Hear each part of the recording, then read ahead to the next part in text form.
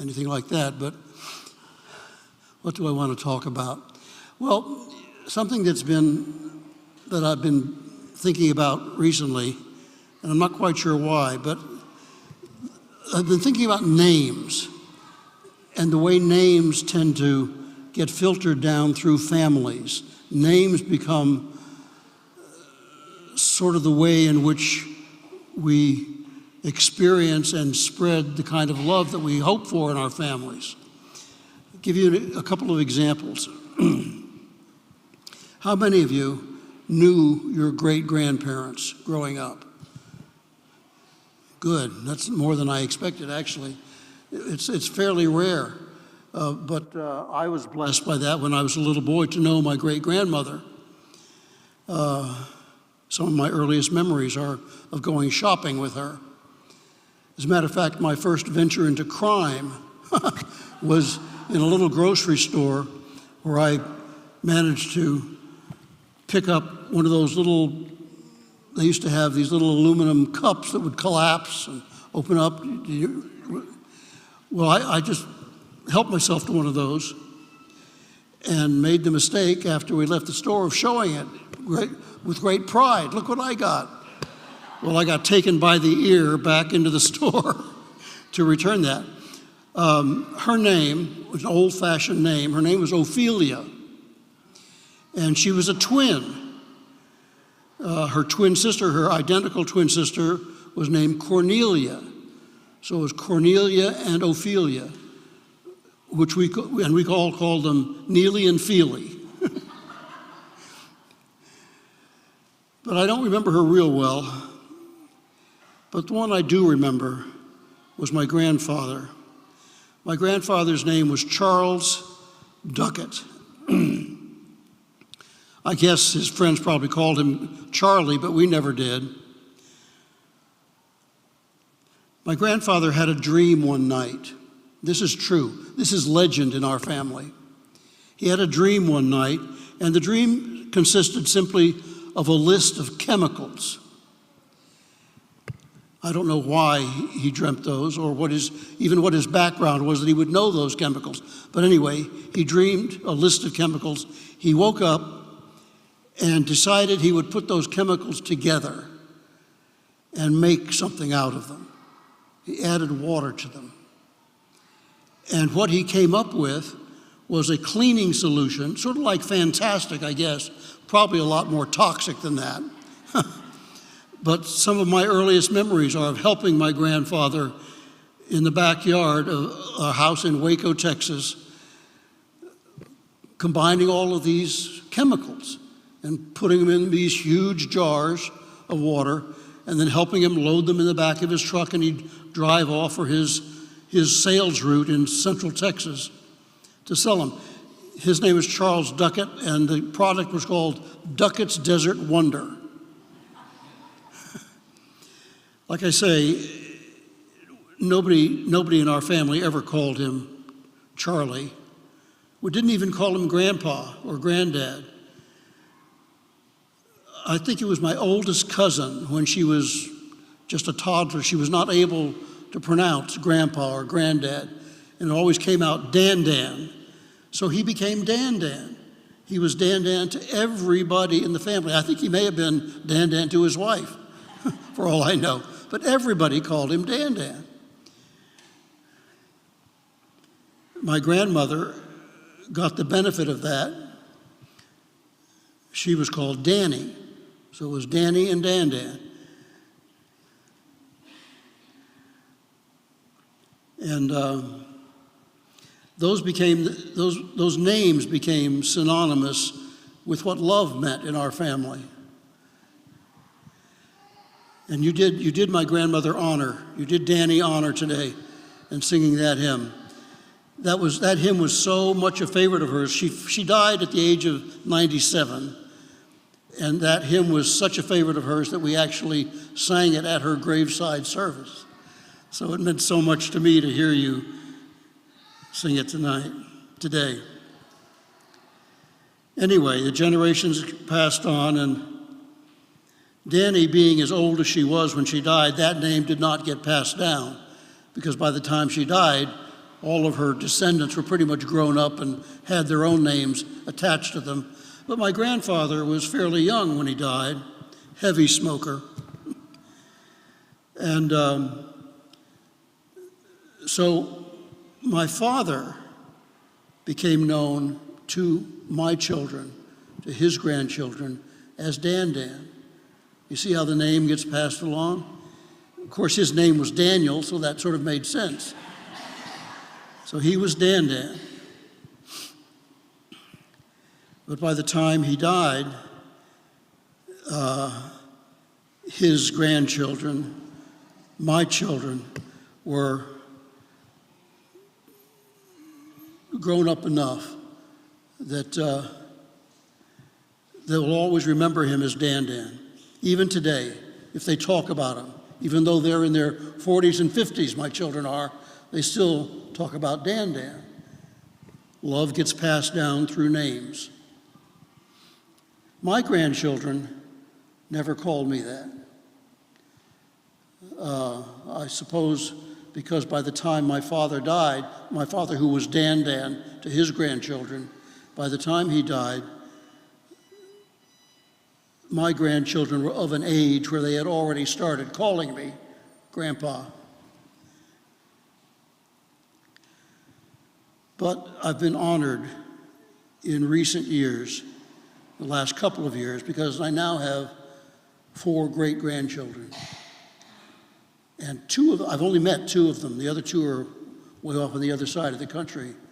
But the 2 that I know, the 2 that I've met, are being brought up to call me Dan Dan. So I think you can appreciate how much that means to me. So that's what I've been thinking about. That's what I decided to say to you. I don't have anything else. I'm done. Yeah. I have a 3-part question. I'm sorry? 3-part question. First of all, what inspired you? What inspired you to become a priest? What is what? What inspired you to become a priest? What inspired you to become a priest? What is the Bible, what? What inspired you to become a priest? Well, that's a whole other story. My dad was a priest, so I got brought up in the church. One of the consequences of that, growing up in a rectory, is I knew all of the downsides of being a priest. People ask me if I became a priest because of my father. No, I became a priest in spite of my father, because I saw all of the things that he had to put up with, the price that he paid. We grew up in New York City, in the Bronx. When I went to college, I went in as pre-law. I planned to be a lawyer. I went to City College of New York, CCNY, the northern campus of which was up in Morningside Heights near the Cathedral of St. John the Divine. And so I had sort of a practice of having lunch on the steps of the cathedral. I was not particularly religious. Most priest kids are not particularly religious, and I was not. But one day, I remember I was eating an egg salad sandwich, and I decided for some reason, I was a sophomore in college. I was one of those hostile, belligerent sophomores in college. And I decided for some reason, after I ate my egg salad sandwich, to go into the cathedral. I was sitting on the steps. I went in the cathedral, and if you've ever been in the Cathedral of St. John the Divine, you know that the perimeter all around the main nave is one chapel after another, individual chapels. One of the chapels is called St. James Chapel. It's one of the larger chapels.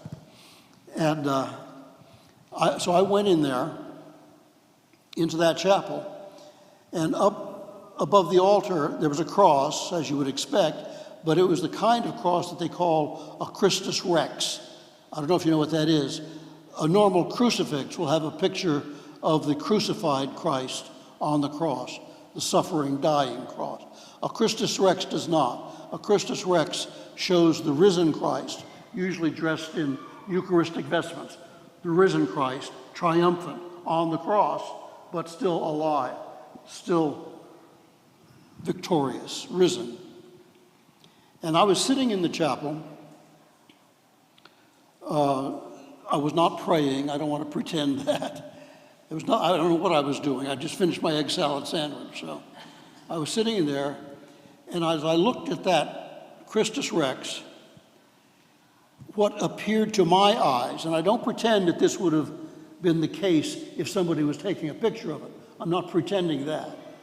But to my eyes anyway, it appeared as though the arms of the Christ were extended towards me instead of just being out on the cross.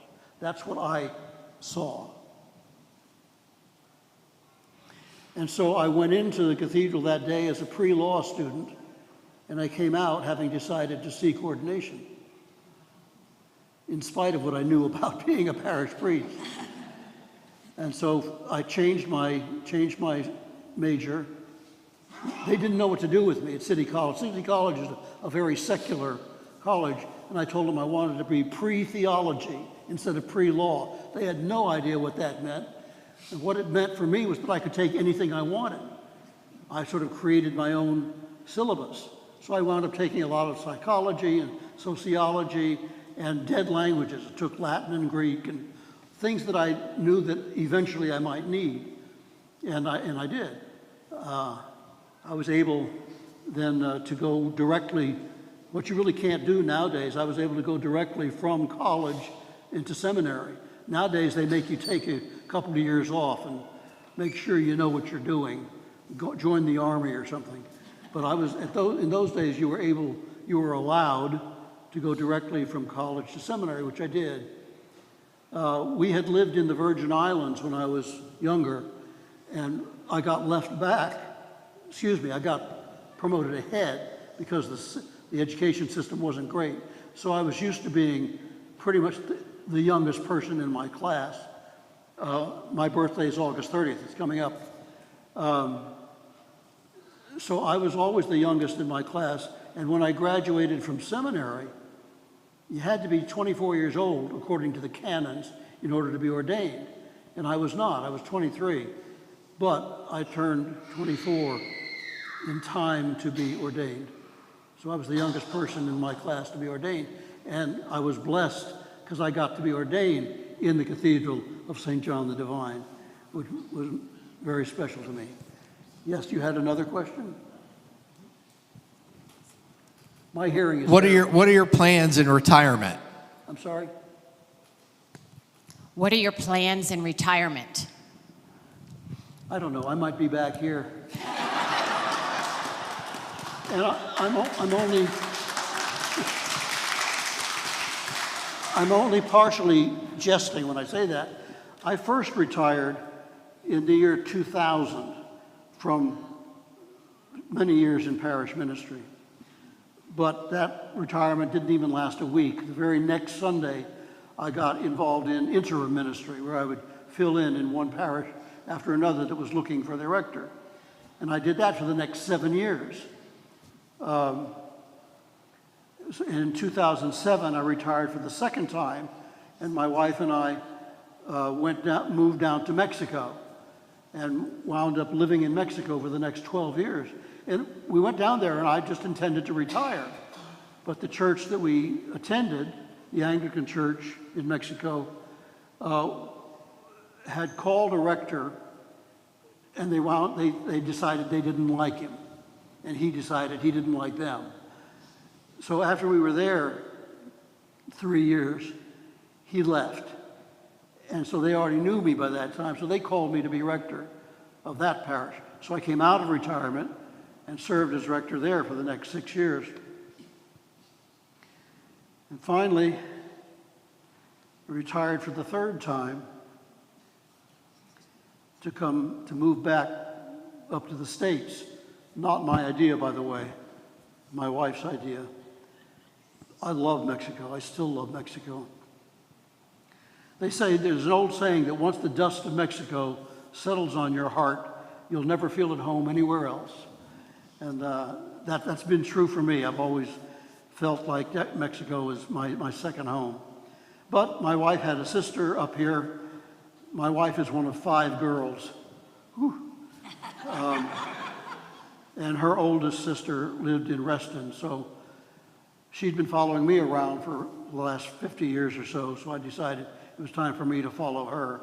And we moved to Reston 5 years ago, on August 4th, actually. So this is where we are. And once I started attending St. Anne's, something you don't know about me, but may not surprise you, is I'm a very judgmental person. I am. And so what I find in my retirement is that I sit in the pew on a Sunday morning listening and thinking, I could do it better than that person. And so that temptation has always pulled me out of retirement again into, not interim ministry, but supply work, where I go to churches that for a Sunday or two need a substitute priest. And that's how I began here, as a matter of fact. I don't know. I don't know what the future holds. I do know that, I'm about to turn 82 years old, and supply work has started to take something of a toll on me. I don't want to over-dramatize that. I still get around okay. I'll go happily from here to my lazy boy lounger at home when I get home. But I guess having decided not to do supply work anymore, I guess this is my fourth retirement. But we'll see what the future brings. I love doing what I did today. I truly love it. It's been just, it's what I've lived for ever since I've been ordained, is the privilege of presiding at the altar, the privilege of preaching. And so I don't know how that's going to filter out. Did you have another question? That's it?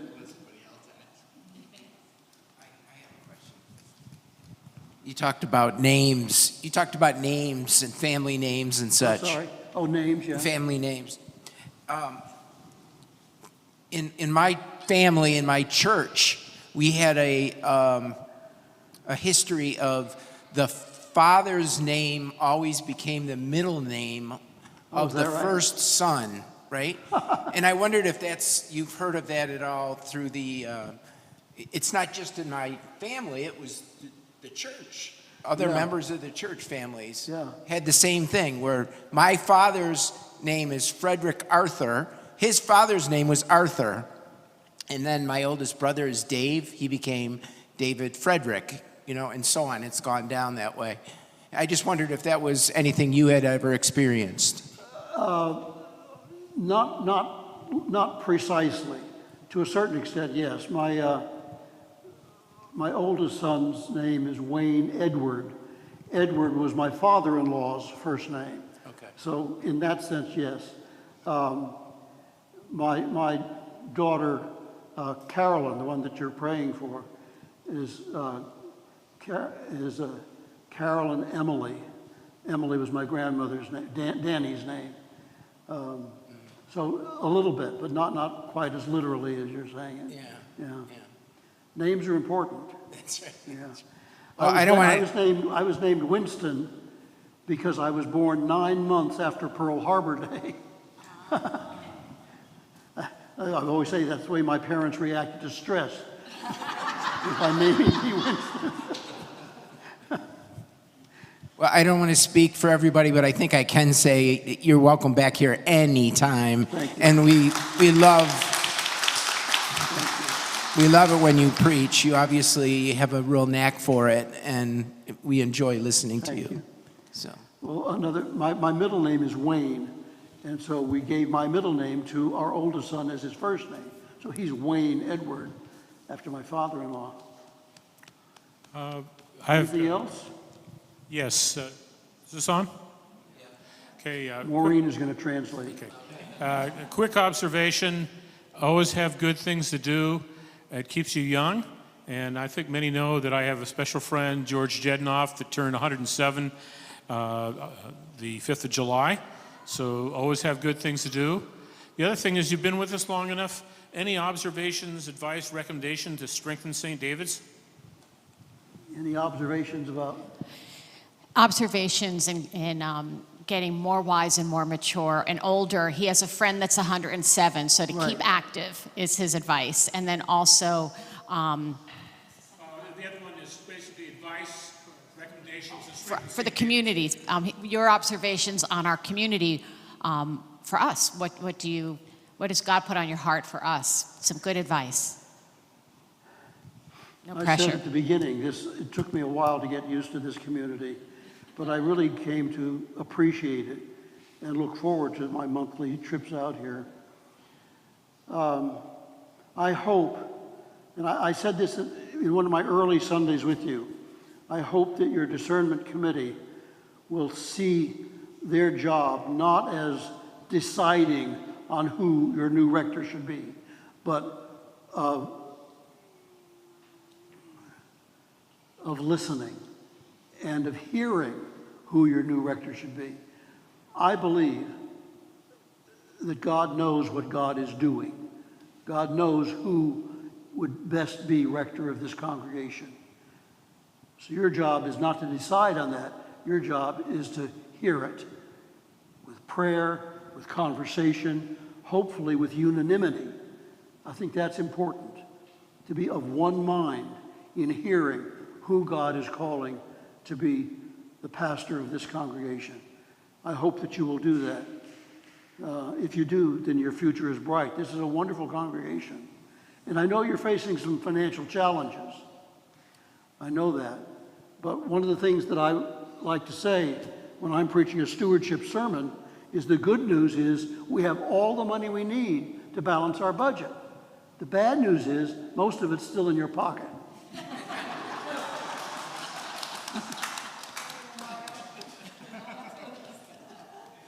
Anything else? Okay. Well, thank you so much. It's good to be with you.